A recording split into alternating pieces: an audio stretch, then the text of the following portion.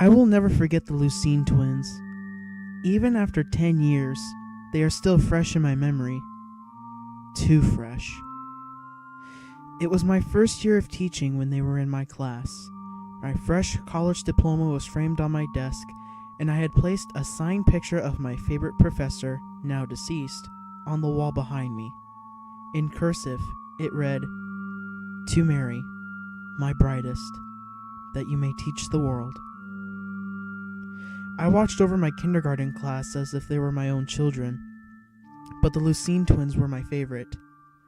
There was Abigail, the blonde one with a minuscule nose, and Bridget, shorter, with brunette hair. "Miss Mary," Abigail would start, tugging on my dress, before Bridget continued. "We were wondering," Abigail would take over, "if we could go to the sticker box." Bridget would now speak, "And take a star?" And of course, there was no way I could say no to the couple. They were irresistible, from their broken sentences to the heart-shaped lockets they wore that were embossed with their names. I could never imagine something happening to them. But fate follows no rules, and something did.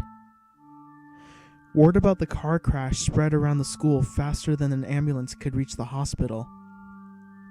It had been at an intersection where a pickup truck had slammed into the side of their compact car on their Friday morning commute. The driver had still been drunk from the night before. The gas tank was immediately ruptured, spewing the right side of the car with fuel, and flames licked up through the back seat. Bridget was strapped into a car seat above them, and rumor was that Abigail watched her twin burn alive. When the firemen freed Abigail, she threw herself onto the still smoldering bones of Bridget, and her sister's red-hot locket branded itself into her earlobe. The body of her single mother survived, but the toll of the lost daughter sickened her soul. Abigail returned to class 2 weeks later. The hair on the right side of her head was singed and steadily grew back, though the color was darker. A doctor's inspection revealed nothing else wrong with her, except a deafness in her right ear. Hushed voices in the school hallways whispered her eardrum imploded by the sheer loudness of her sister's dying screams. But most unnerving was her sister's name, scarred into the lobe of her deaf ear and surrounded by the outline of a heart-shaped locket. From then on, no student would sit on the right side of Abigail, and I had to rearrange the seating charts to place her next to the wall. Abigail seemed content there, in an island of isolation. Before her sister died, they rarely conversed with the other students, and now was no different. In social time, I would hear Abigail talking to the wall in incoherent sentences. "Abigail, honey, what are you saying?" I asked, a week after she returned. "Oh, Miss Mary," she said. "I'm..." And then she would pause, waiting. And then we thought. Another pause. Silence. "And we can, can't we?" "Sure you can, honey," I replied, though the exchange made my hair stand on end. She smiled again and cocked her right ear, the deaf one, to the wall, pausing again, then speaking. "She said yes!" Then the gibberish continued, and the closing bell rang. It wasn't until I drove halfway home that I realized the gaps in Abigail's conversations were where Bridget should be speaking. Months passed, and Abigail became even more of an outcast in the class. The kindergartners came to forget the disaster, and some students even began bullying Abigail. I revised the seating chart again and moved her close to my desk. "Miss Mary!" clamored Abigail one day, pulling my dress. She stumbled, and I reached to catch her, but she fell against my professor's portrait on the wall, shattering the protective glass. She picked up the remains, the glass biting deep into her soft palms. She didn't notice. "I'm sorry, Miss Mary," she said, and her voice changed tenor. "We didn't mean..." Again a pitch change. Your picture." I stopped. It was her first complete sentence since the crash. "It's okay," I said, holding her. Blood from her hands dripped onto me, but it felt cold, and I rushed to bandage it. "I'm sure you'll teach the world one day, Miss Mary," she said, her voice continuing the inflections. My heart froze as I read the note on the portrait for the 1,000th time. Abigail couldn't read cursive. "How did you know that?" I asked. "Bridget told me. She talks to him now," she said, curling her streak of darker hair around her finger. "That's not all she tells me. She tells me terrible things sometimes, and I can't stop hearing her." Then she started crying, and noticed the glass embedded deep into her hands. "She never stops." Her voice elevated to a yell. When I took the picture back, her sentences became broken again, and I moved her on the seating chart away from my desk. Over time, the other students realized Abigail's reactions to old objects.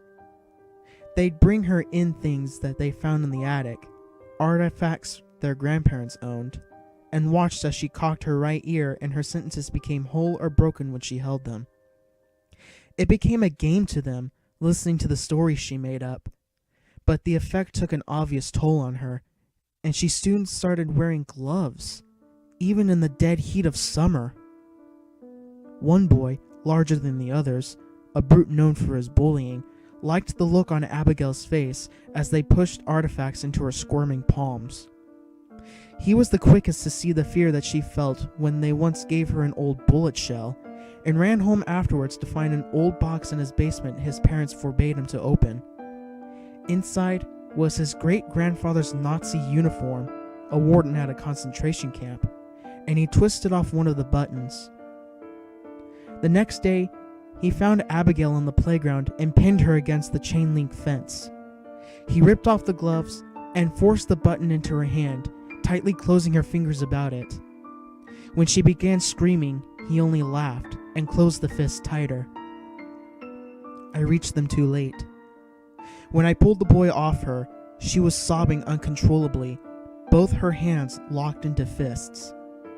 She dropped the button like it was searing hot, but refused to open the other fist until the paramedics arrived and knocked her out with anesthesia. Only then could they pull her severed right ear out, torn off by her bloody fingernails, with Bridget still written on the lobe. But most terrifying of all was when she screamed. I could hear two voices screaming.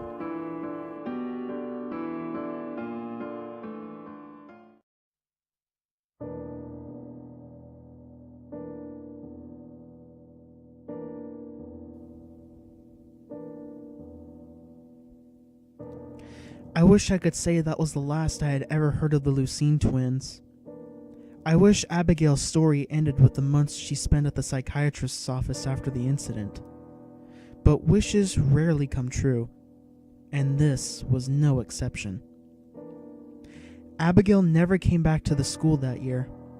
A teacher that was her family friend gossiped with me over a cup of coffee in the break room 3 weeks later, filling in the details that had kept me awake deep into the night. She's staying at home until this whole thing blows over.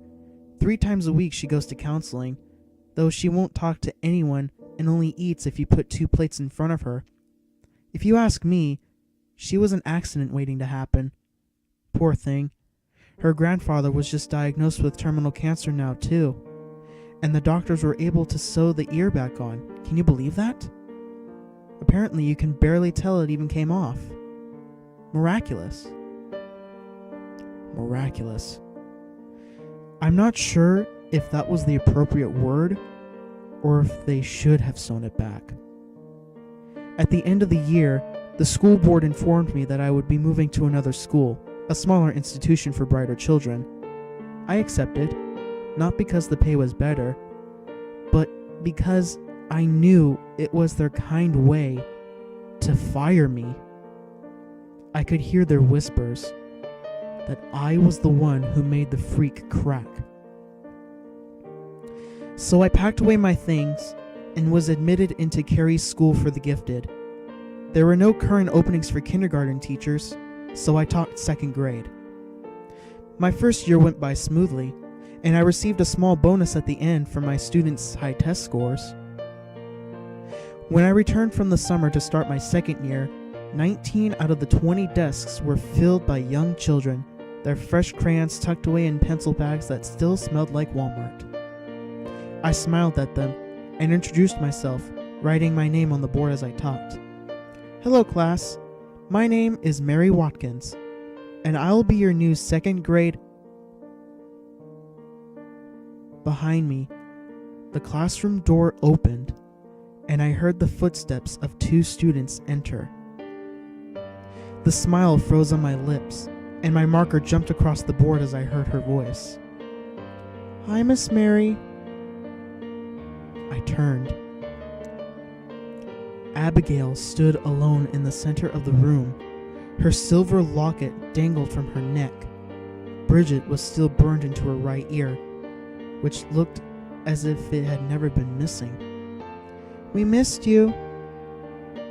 And maybe it was the lighting, but I could have sworn I saw 2 shadows. I sat Abigail near the windows. The sunlight calmed her, and she spent most of her time staring up into the clouds. Despite this, she still managed to test better than anyone else in the class. Once realizing she was not paying attention, I called upon her for a simple arithmetic problem. "Abigail, what's 2 times 4? She continued to stare off, her eyes glassy. The rest of the class twisted in their chairs to watch. "Abigail," I repeated, my high heels clinking against the tiles as I walked over to her. Still no response. I waved a hand in front of her face, flexing my fingers, then touched her face. Abigail threw her head back and gasped, drawing in a breath so deep it was as if she had been held under water. Her desk rocked from the momentum, and I held it down, forcing my hands over the chilled wood. She thrashed, looking from left to right wildly. "Abigail, honey, I'm here!" I shouted, and her eyes met mine. Tears spilled outwards, and she embraced me, her nails digging through my dress and into my shoulder. "We're sorry, Miss Mary. We're so sorry!" "Shh, it's okay, Abigail. Everything's going to be okay." "It was Bridget! She took me somewhere, and we couldn't find our way back. It was dark and cold." She shivered. I suppressed my own shudder. "You're here now. You're back." She sighed, and I released her. The recess bell rang, and the rest of the class hurried out, carrying lunchboxes away along with questions they were too young to know the answer to. Questions that I, at 27, am still too young to know the answer to. "Miss Mary," she said when my back was turned, "Bridget says the answer is 8. Since Abigail had returned, her speech had greatly improved. No longer were there intermittent pauses where Bridget used to speak, but the tenor of her voice continued to change at those intervals. It wasn't until 4 weeks into the semester that I realized why. In her front pocket, Abigail always carried a fountain pen. It was gray, the color of the clouds she watched outside the window, and came to a sharp point at one end. "I like your pen, Abigail," I said one day, and she beamed, thrusting her pocket out like a badge of honor. "Thanks, Miss Mary. My grandfather gave it to me. He writes storybooks. He wrote us one once, me and Bridget, about how we'd always be together. It had our lockets on the cover." "Did he now? Well, that was sweet of him. I'm sure he's a nice man. I love him more than anything else in the world. It's just sad he can't visit anymore." "Why's that, Abigail?" "He's in the hospital, Miss Mary. Bridget says she keeps him safe, and Daddy says everything is going to be all right." "I'm sure it will be," I said, and left the discussion. I forgot about it until one day Abigail misplaced her pen. "Miss Mary!" She tugged at my dress, her hand jerking urgently. I had been teaching the class cursive, but she walked up to the board like nothing was happening. "We can't find..." Pause. "But we just had it." Pause. "My pen. We need your help." My hairs raised. The come and go speech pattern was back again. "Abigail, sit back down. I'll help you after the lesson." "No!" she shouted, stamping her foot. "No! We need..." Pause. "Or else..." Pause. "We'll die." It would be fruitless trying to continue the lesson, so I helped her search. With every minute, she grew more frantic, throwing over rugs and backpacks in her search. When she was on the verge of tears, I found it underneath one of the bookshelves. She sighed. "Thank you, Miss Mary. We're better now. There was still time." No pauses now, just inflections again. The two girls seated behind her sniggered.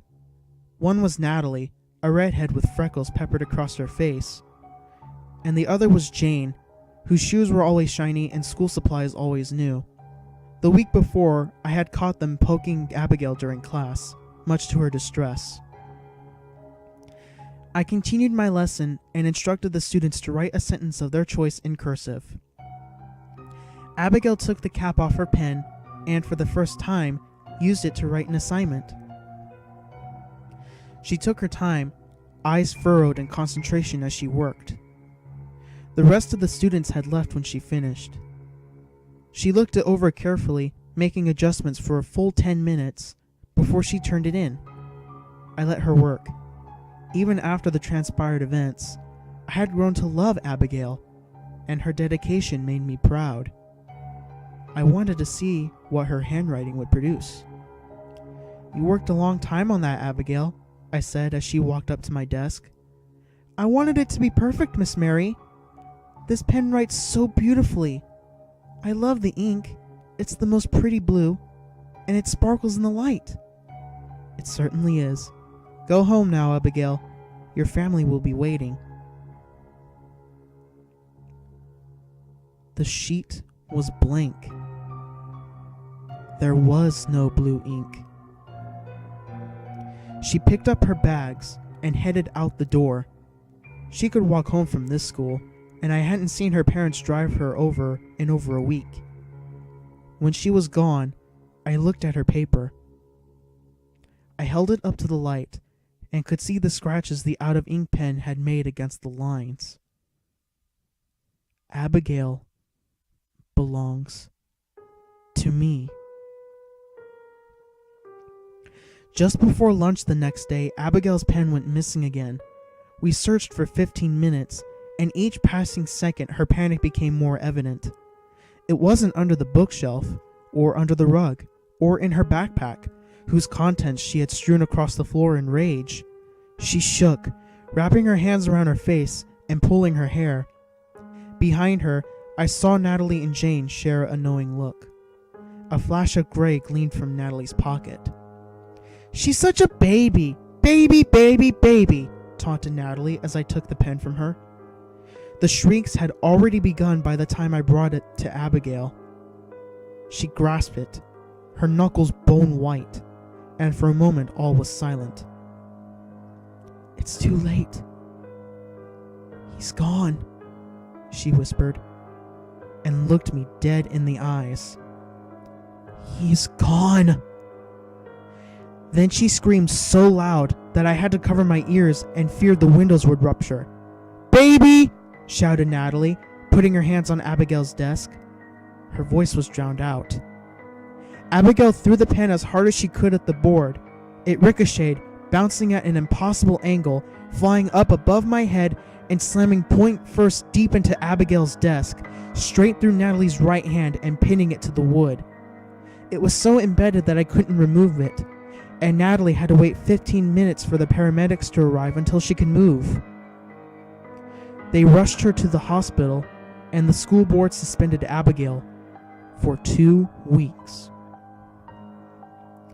She spent it in Pennsylvania at her grandfather's funeral.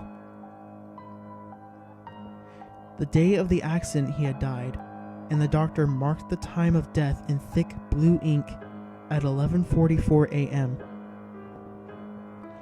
That morning, I had returned the one-sentence assignment, and Natalie's blood now stained Abigail's paper. On the way to throw it out, I stopped, something catching my eye. Under the blood, sparkly blue writing crossed the once blank sheet. Abigail belongs to me.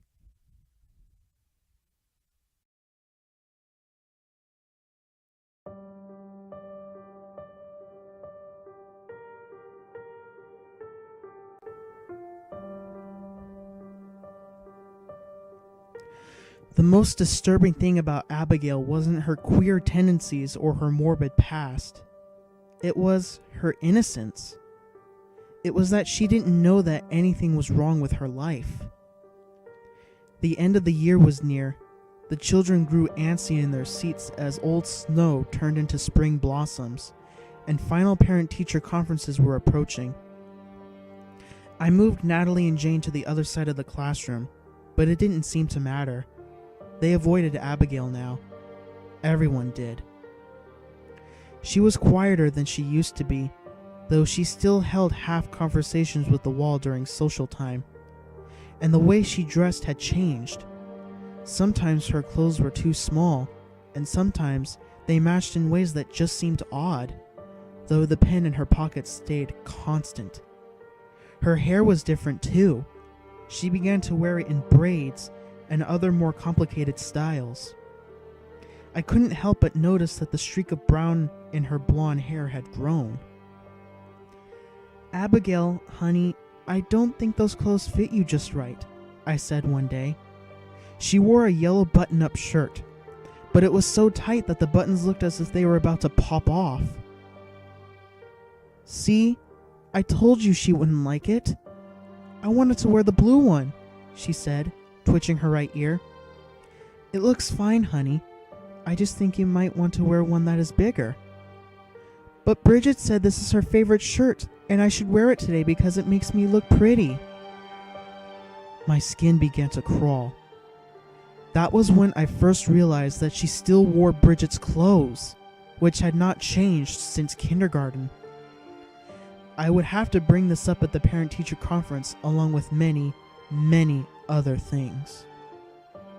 On Wednesdays, it was my turn to patrol the lunchroom while the students ate. Abigail sat alone in the corner of one of the long tables, her lunchbox zipped open in front of her and its innards strewn around the table. She had set the seat beside her as well, placing portions of food on the table in front of it. She took a bite of a sandwich, and something multicolored fell out onto the floor. It was a gummy worm, half green and half orange. "What's that you're eating, Abigail?" I asked, poking around the rest of her lunchbox, finding a few candy bars, a baggie of sugary cereal that my own parents wouldn't let me eat, and a bottle of chocolate milk. "Lunch, Miss Mary. We made our own recipe." "Your own? Do you pack your own lunch, Abigail? What does your mother say about gummy worm sandwiches?" "We pack it every day," she said proudly. "And Mommy doesn't like it, but I don't really listen to Mommy anymore." "Abigail, you need to listen to your mother. I'll buy you hot lunch today." "What about Bridget?" "She can have extra of your special lunch." I clenched my teeth as I watched her eat. What type of parents let their child eat junk every day and dress in clothes that obviously don't fit? Especially since it was her only daughter still left alive. On Parent-Teacher Day, Abigail's mother and I would be having a long talk. Next Wednesday, I caught Abigail eating gummy worms again. Now I bought her lunch every day, and every day she packed lunch for Bridget. Abigail's mother had the 7:30 p.m. time slot on Parent-Teacher Day. It was my last conference, and I had scheduled it late so that I could spend some extra time with her. I watched the analog clock in the corner. Right now, it was 7:29, but parents often showed up late to meetings. 5 minutes passed, then 10, then 30. I shook with anger when I got up from my desk. The negligence of Abigail's mother was appalling.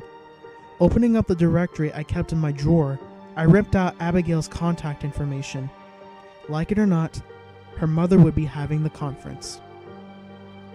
The drive was short, about 5 minutes, and I pulled into Abigail's driveway. Her house was on top of a small hill, higher than any of the others around it, and a dead oak tree stood in one corner. The grass was high and uncut, while the flowers under the porch were wilting. I rang the doorbell twice and waited. I heard Abigail thumping down the stairs, and a moment later, the blinds flicked open to reveal her eyes. "Miss Mary, come in," she said, opening the door wide. "Hello, Abigail. Is your mother home? She missed her parent-teacher conference." "Oh yes, Miss Mary. She said she didn't feel like going out tonight." I clenched my teeth again and struggled to keep my voice even. "Did she now? Can you take me to her?" "Of course," she said, and whipped around, leading me to the kitchen. My nose wrinkled. Whatever Abigail's mother had cooked for dinner smelled disgusting. We turned the corner, and I saw her seated at the kitchen table. Her back was towards me, and I felt my anger surge. "I have every right to report you to Child Services. If you continue treating your daughter like this, then I'll have no choice," I scolded, sitting in the chair next to her and turning to face her. The smell wasn't dinner. The smell was Abigail's dead mother. What was left of the skin on her face was taut, and much of her hair had fallen out, littering the floor around her. In front of her was a moldy cup and an empty bottle of prescription sleeping pills. I froze, and Abigail embraced her mother, knocking one of her hands off of the table to fall motionless at her side. I stood, backing away slowly. There was a video recorder plugged in on the counter, and its flashing red light blinked at me. "Abigail, honey, how long has your mother been like this?" I asked, carefully choosing my words. "Like what, Miss Mary?"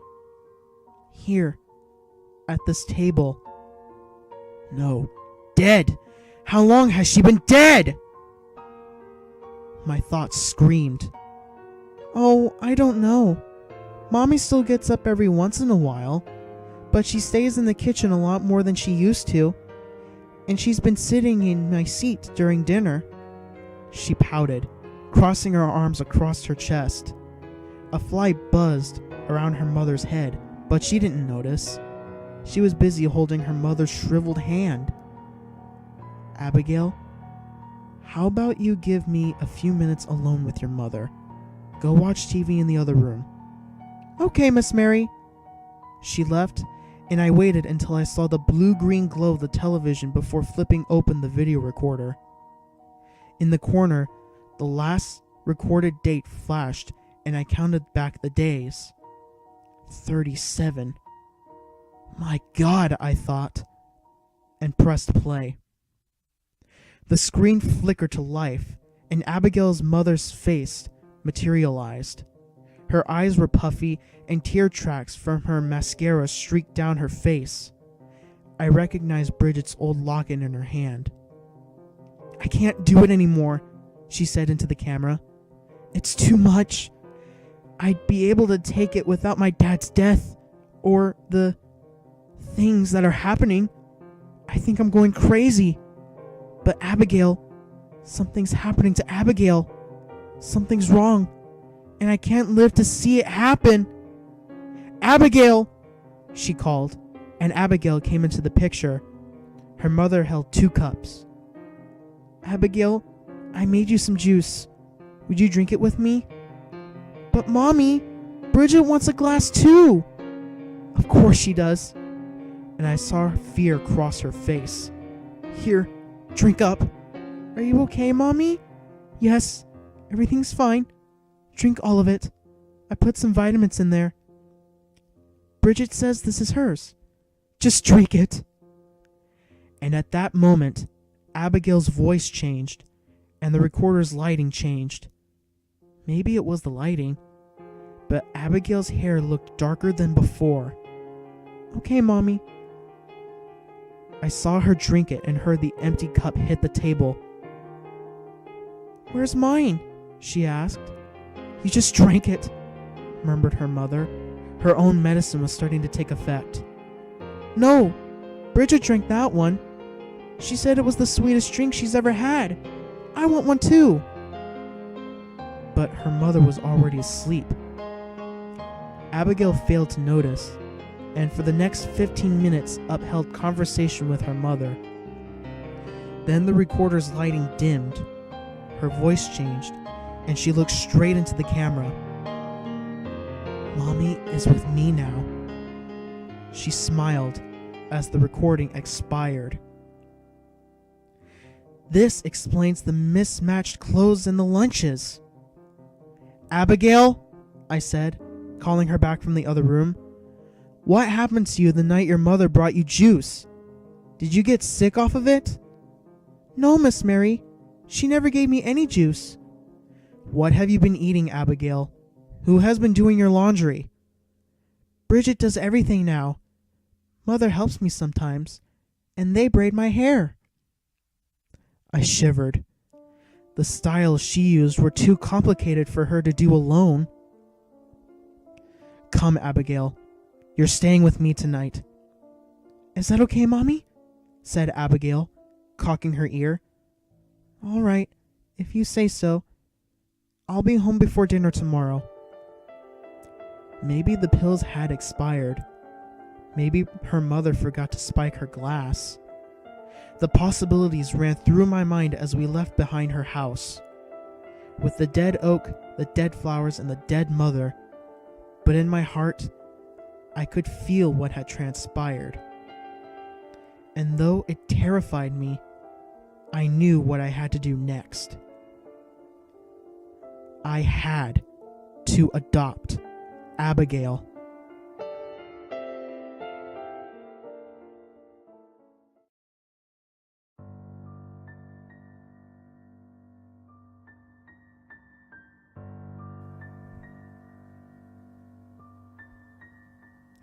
I never realized it, but the school day only revealed a small portion of Abigail's quirks.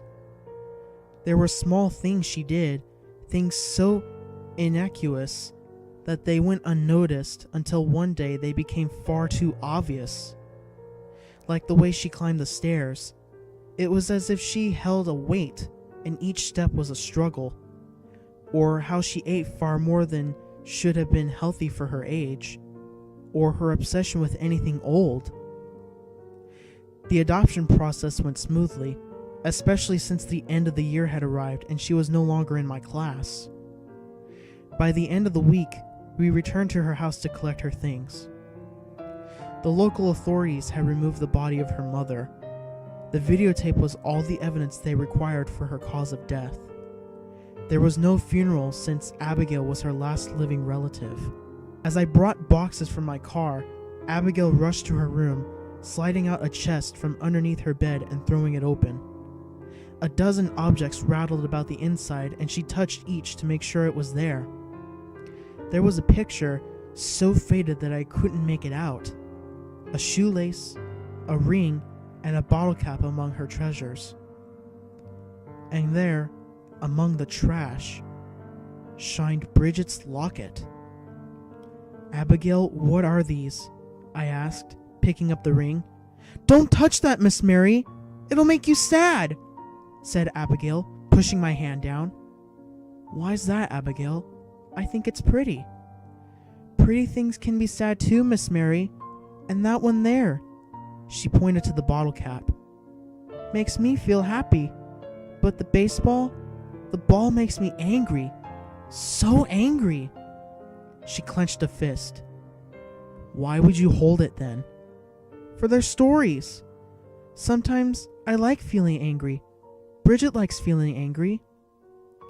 "Who did these belong to?" "I don't know all of them, but they're gone now. This is all that's left, just the pieces they left behind." "Abigail, how does the locket make you feel?" I asked. "The locket puts me to sleep, Miss Mary.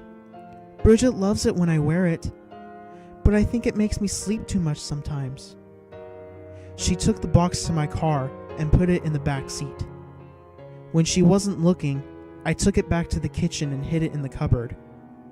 She needed real toys to play with, and I had made up my mind to stamp out some of Abigail's stranger habits. When we finished packing up, and I returned to the car, the box was on the dashboard. Abigail had not left my sight the entire trip. As we pulled into the parking space at my apartment, Hank, my border collie, scrambled out the doggy door to meet her. Abigail outstretched a hand to pet him, and his ears folded as his tail's tucked between his legs. When her fingers brushed against his fur, he growled, baring his teeth and backing into the house. When we finished unpacking, Abigail helped me cook dinner. I decided upon chicken parmesan and gave her the task of picking basil and oregano from my windowsill herb garden. I minced them and combined them in the sauce, and Abigail said it was the best meal that she had eaten in weeks.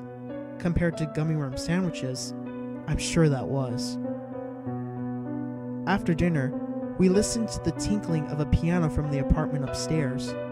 An old lady lived up there, Miss Hawthorne, and she taught lessons in the evening to pay for rent.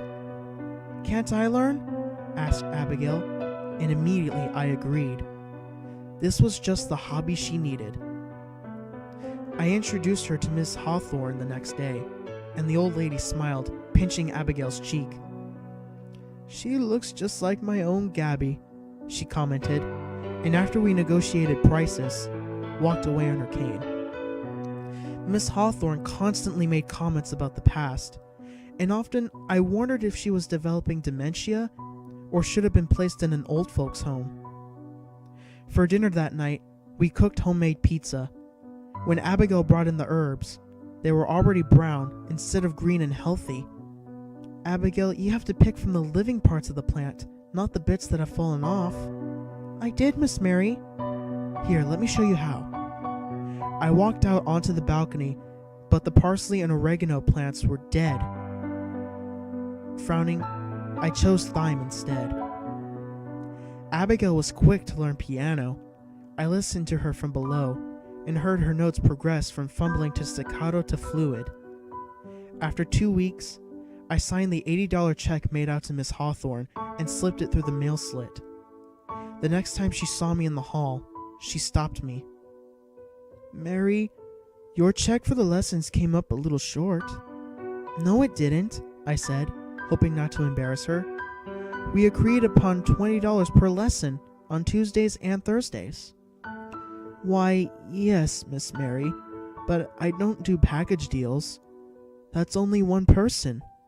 Lessons for 2 are $30 each, and that one girl wears me out like no other." I scrutinized Miss Hawthorne. The wrinkles on her forehead looked deeper than usual, and she leaned heavier on her cane. Perhaps Alzheimer's was really setting in. "There was only one," I said. "Oh, Mary, I'm old, but I'm not that old." She wagged a finger at me and continued walking, coughing as she turned the corner. "Abigail," I asked that night, "have you been going to piano lessons with anyone else?" "Just me and Bridget, Miss Mary." I paused, a creeping suspicion tingling. "What made you want to start taking lessons, Abigail?" "I like the way it sounds," she said. "And Bridget said she wanted to meet Miss Hawthorne. Why's that?" "She said Miss Hawthorne had a gift for her." Abigail refused to disclose any further details. At night, I could hear her rummaging around in her treasure box. During the day, I could hear her play the piano. Over the weeks, I saw the brunette streak of hair continue to grow among the blonde, as if it were taking territory. And I saw Miss Hawthorne's hair change from gray to white, her skin pale, and her movements became shakier. Perhaps it was the shock of her dead mother finally setting in, but Abigail's attention span was shrinking. Sometimes I would see her do her chores twice, and if she had forgotten, and I found myself repeating things to her multiple times before she would hear them. Unless I was right next to her, I'd catch her staring deep off into space, or murmuring to herself. And even when I held her hand, she was always fidgeting and wringing out her dress. Sometimes she would sleep with me, saying, "I don't want to go away tonight, Miss Mary. I want to stay here." "Go away where?" I'd ask, already knowing the answer. "With Bridget. Mommy's there, and Grandpa. But sometimes it's hard coming back. Sometimes I want to stay there forever, but if I stay too long, I'll never come back." "Shh. You're here now, with me. Bridget says she can take you there too. You just have to put on her locket." "No, I'll stay here, Abigail. I'll stay here with you." There was no way in hell I was putting on that locket. "Miss Hawthorne's there sometimes," she would mumble as her eyes drooped. And then we would fall asleep, and my dreams would be troubled, and her fidgeting combined with the coldness of her small body would wake me deep into the night. Miss Hawthorne died in her sleep on a Thursday night. Her caretaker, who had met Abigail several times by now, found her during a morning checkup. The caretaker knocked on my door as the funeral home removed the body, holding out a silver-chained object. "I believe this belongs to your daughter, Mary. Miss Hawthorne had it around her wrist this morning. I'm sure Abigail must have left it at her lesson," she said. "Put it on the counter," I responded, refusing to hold out my hand. Bridget's locket clanked as it came in contact with the cold granite, and the caretaker left. I almost called for Abigail, but there was something I had to know first. I logged into my computer and opened up a mapping website. It was easy to find Abigail's house, and I enlarged it, viewing the satellite image. A timestamp revealed the image to have been taken 2 months before I had adopted Abigail. Everything looked the same, except for the dead oak tree in her front yard. Verdant green leaves covered every branch. I called Abigail in from the next room. "Abigail, where did you get your sister's locket from?" "From Mommy." "Who did your mother give it from?" "From Grandpa, after he died. He kept it after the crash." "Abigail, what gift did you say that Miss Hawthorne gave your sister?" I asked. "Her years, Miss Mary," whispered Abigail. Outside, in my windowsill garden, my other herbs were already brown, just like the streak in Abigail's hair.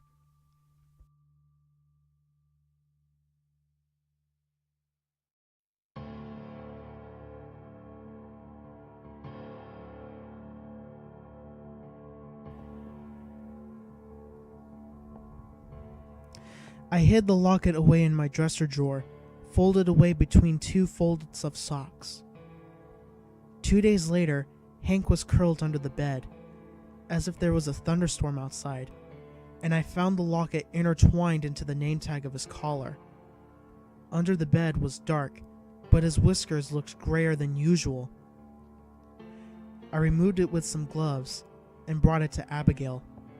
"You found it!" she shouted. "Where has it been?" "I kept it in one of my drawers. Did you move it?" "No, Miss Mary. You have to keep it in the treasure box," she said as if it was a well-known fact. "Why is that?" "Because that's where she belongs. That's where they all belong. She talks to the others in there."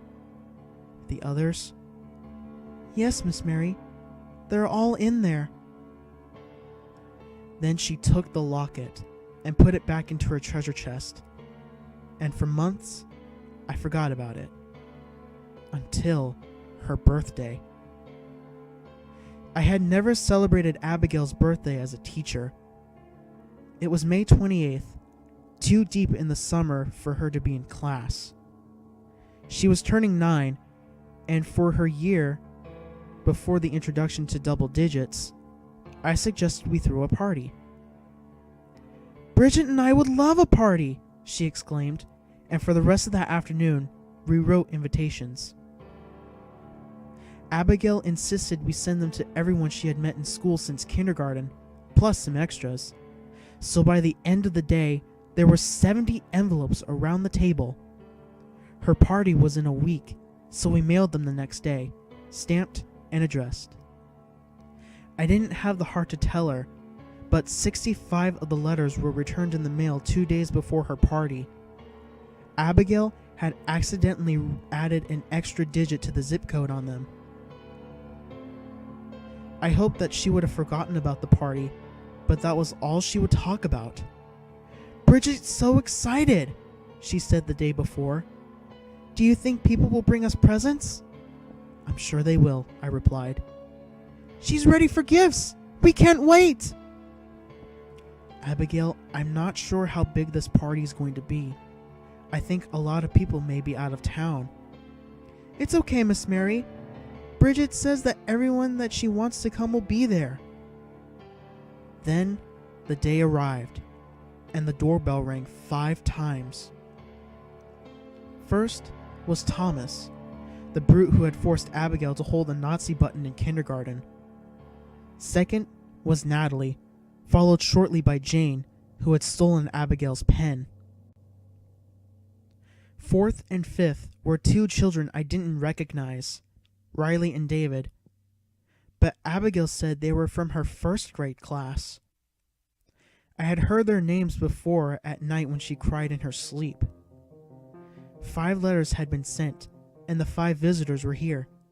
Abigail smiled wide and clapped her hands, seemingly unaware the sole guests were her tormentors. Though there were party games, they sat in silence at the kitchen table. Natalie and Jane huddled together while Thomas picked at a scab on his forearm. I watched over them, protective of Abigail, and cut the double-layered cake into portion-sized pieces. Never before had I seen children their age so still or so quiet. They ate. Any conversation echoed off the walls and died down, stifled down immediately by an invisible force. Abigail smiled, and that was what I cared about. But there was more to it than that. She seemed like she was waiting for something. Half an hour passed, and Natalie and Jane proposed a game.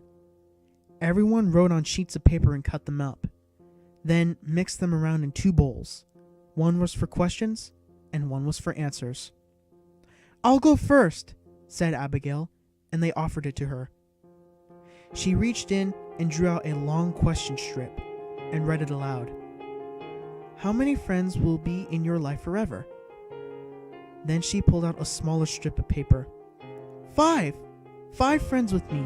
I'm so lucky. Maybe it's the 5 of you," she said, her voice inflecting on the last sentence. The others shifted in their seats. Thomas went next. His reading was slow, stumbling over the words, and I recalled that he had never scored well on any of his tests. Then Natalie. "How many years until you die? Draw 2. And from where I stood behind the counter, I could see the sparkling blue ink that had written the note. She reached in the bowl and pulled out 2 slips. "You're not supposed to leave any blank," she said, "and the other one's a 0. Looks like I'll live forever." She laughed, but the laughter was hollow against my ears. Abigail laughed too, but not at the joke. It was the type of laugh of someone who knew something that you didn't. They continued until it was time for presents, and Abigail opened her gifts. Natalie had bought her a box of multicolored pens, and I frowned at the irony. When Abigail finished, she looked up expectantly and asked, "What about Bridget's gifts?" "Abigail, I don't think they brought anything for Bridget," I said. "Well, it's her birthday too, and she should have presents. It's only fair. Did none of you bring her a gift?" They shook heads, and Abigail frowned. "Bridget says that you each have something she wants. Wait here." She ran upstairs and returned with her treasure box, popping open the lid. "I don't have anything," said Natalie. She had one eye on the door and the other on the clock. In 5 minutes, the party would be over. "Yes, you do. Bridget says she wants your hair tie." "Fine, take it," said Natalie, and handed over the bright pink elastic band. Abigail put it in the box. "Bridget wants a hug too," Abigail said, and held her arms wide. I could see both her lockets dangling from around her neck. Natalie huffed, and they embraced.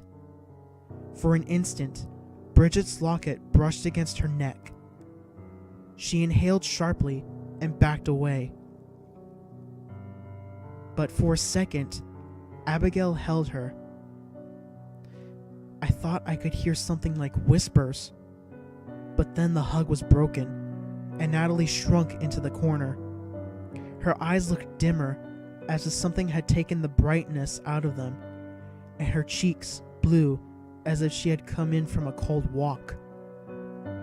Each of them took their turn, with Thomas going last. He hovered away from her, reluctant to move, and placed a chair in between the two of them. "Go on," I said, and pulled the chair away. He deserved it. Once Abigail let go, he shook until his mother arrived. When the school year started again, I could hear Natalie and Jane's screams down the hall from their nightmares at nap time. Thomas was expelled from his school after biting another child's finger off during a fight. I never heard what happened to Riley and David. None of them were ever the same. There was something missing about them, something subhuman, almost animal. "Abigail," I asked when they had left, "did you know before the party that they had gifts for Bridget?" "Yes, Miss Mary." "What exactly did they give her?" "It's just like my question paper in this game said. Now they're in our lives forever. Now Bridget has a piece of them." "Why would Bridget want a piece of them?" "She says it makes her stronger." "Stronger?" She looked me in the eyes, and I shivered. The streak of brunette in her hair fell across her forehead. How else is she going to come back?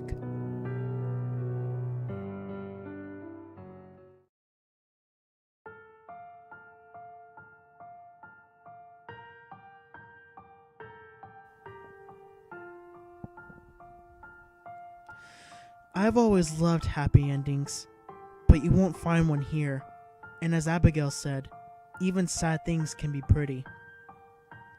It was the Friday before the first week of school, and I had just finished buying Abigail's school supplies.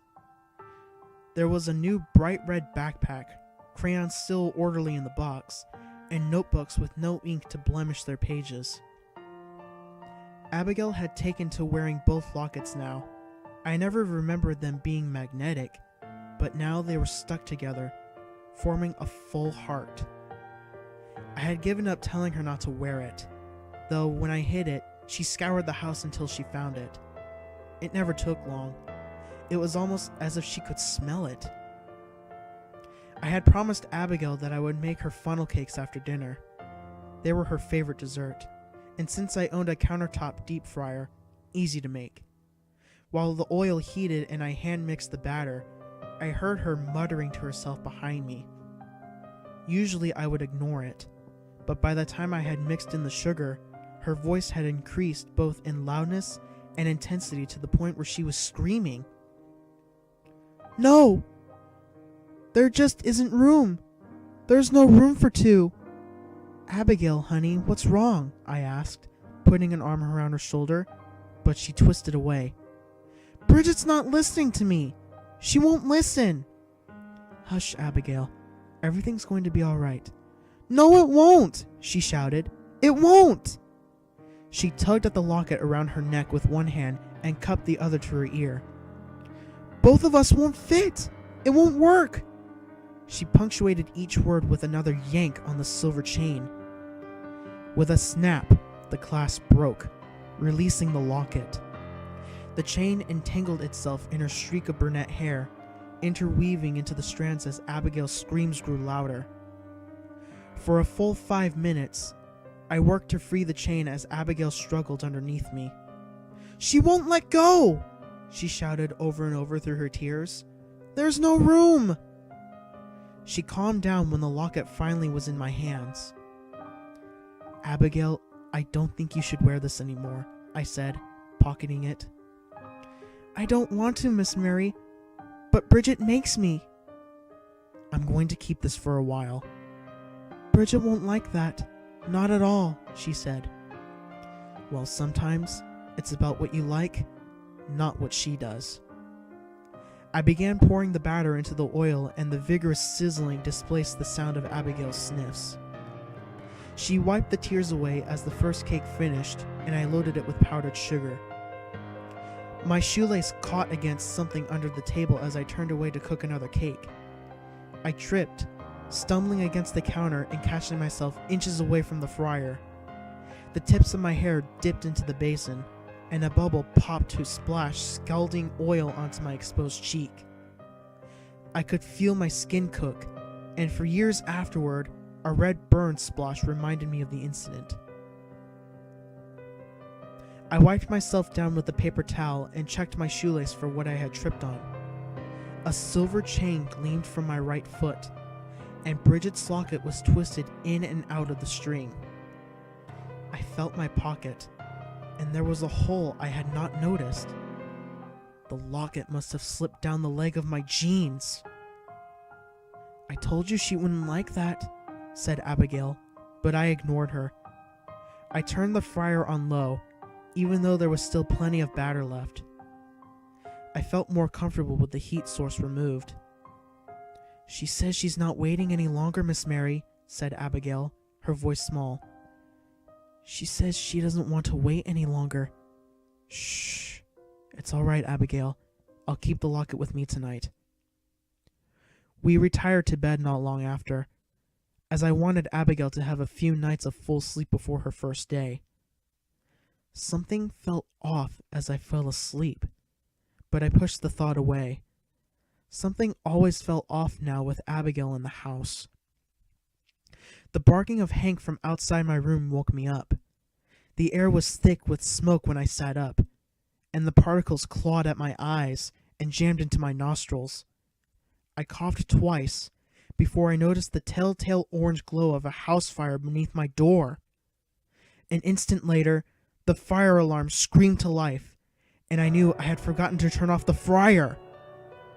I ran to Abigail's room, where she was still curled beneath the covers and mouthing her incessant muttering.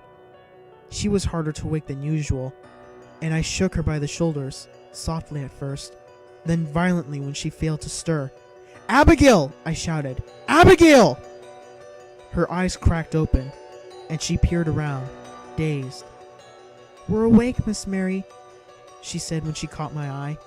"Abigail, there's a fire. We have to go, now. Get up!" "Abigail says she's coming," she said with a yawn. With a whoosh, fire in the other room intensified, and I was alarmed to see the size brunette streak in her hair had doubled. "Let's go!" I yanked at her hand, and she stood, stumbling towards the door. She walked clumsily, like someone who has been in the hospital for a long time and was unused to the feel of her own legs. The heat had become stifling as flames spread from the kitchen to the ceiling. I heard the kitchen tiles shattering from temperature and held a cloth over Abigail's face to filter out the smoke. The wood frames within the walls had already begun to catch, and the entire apartment creaked as the supports burned away. "Abigail, this way!" I shouted when she turned the wrong direction. We had reached the kitchen, where the fire was most intense, and she had her hand against the bathroom doorknob. The sizzle of her flesh was audible against the brass, but she held it there, unaware of any pain. In her other hand, I could see both lockets, though I had placed one in my dresser drawer before bed. "I'm Bridget, not Abigail. Bridget!" Before I could argue, there was an ear-shattering crack as a section of the roof gave way. With a flurry of sparks, chunks of drywall and boards came raining down upon Abigail. She screamed as an enormous board crashed against her forehead, and as she fell, she slammed her right hand against my side. I grasped both lockets, embedded themselves point first into me, piercing through my skin and sliding between two of my ribs. Abigail stood, blood rushing from above her eyebrow. "I'm back, Miss Mary," she said. "Let's get out of here." She ran ahead of me, pulling me through the worst of the fire. The smoke was so thick I couldn't see, but she knew the way, and in moments, we stumbled out onto my porch and into the lawn. In the distance, I could hear sirens. We stopped when we could no longer feel the heat, and we embraced. "What happened back there?" I asked. "I'm sorry, Miss Mary. When the board hit me, she left me. I don't have to listen to her anymore. Let me wrap that cut up for you, Abigail." "It's okay, Miss Mary. Thank you so much." She hugged me again. "For what, Abigail?" "For everything. I understand it now. And Miss Mary, it wasn't your fault. Remember that. I saw you turn the fryer off. It doesn't matter now that you're safe." Abigail gave me a half smile and continued, "Everything's better now, Miss Mary, and Bridget wants me to let you know that she's sorry. See? She's over there." And maybe it was the dark, or a swaying bush in the illuminated firelight, but across the road, I could have sworn I saw the figure of a small girl waving. "I have to go now, Miss Mary, but I'll always be with you. I'll always be here."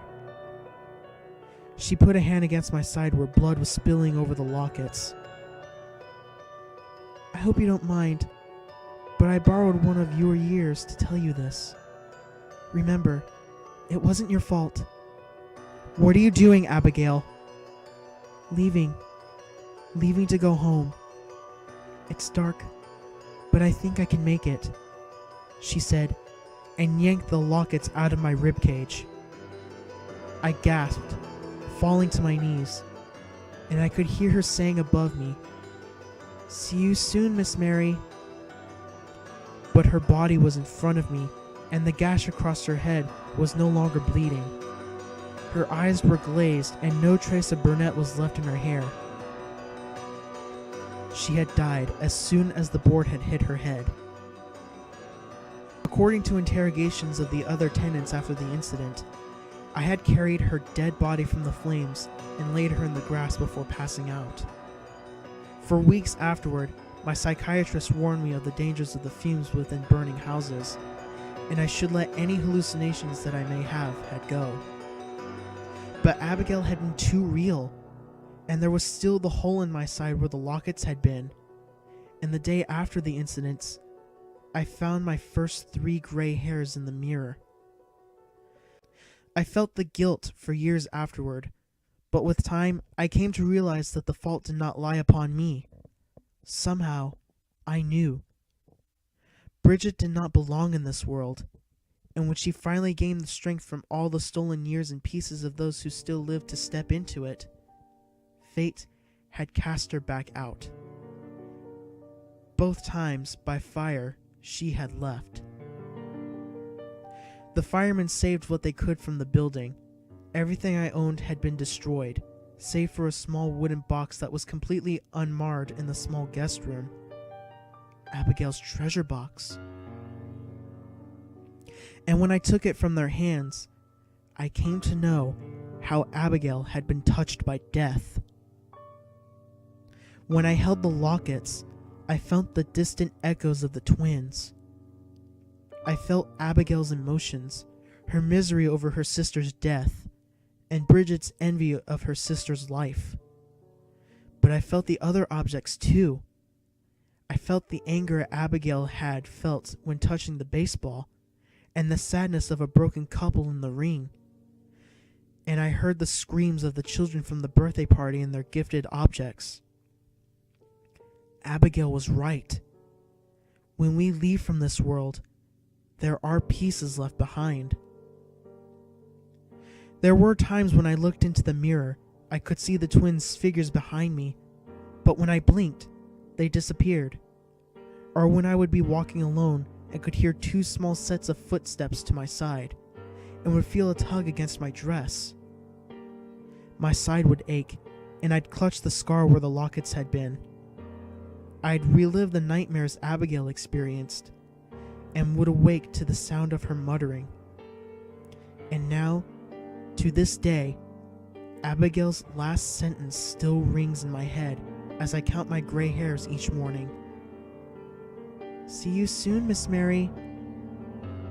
Soon. I will never forget the Lucienne twins. Even after 10 years, they are still fresh in my memory. Too fresh.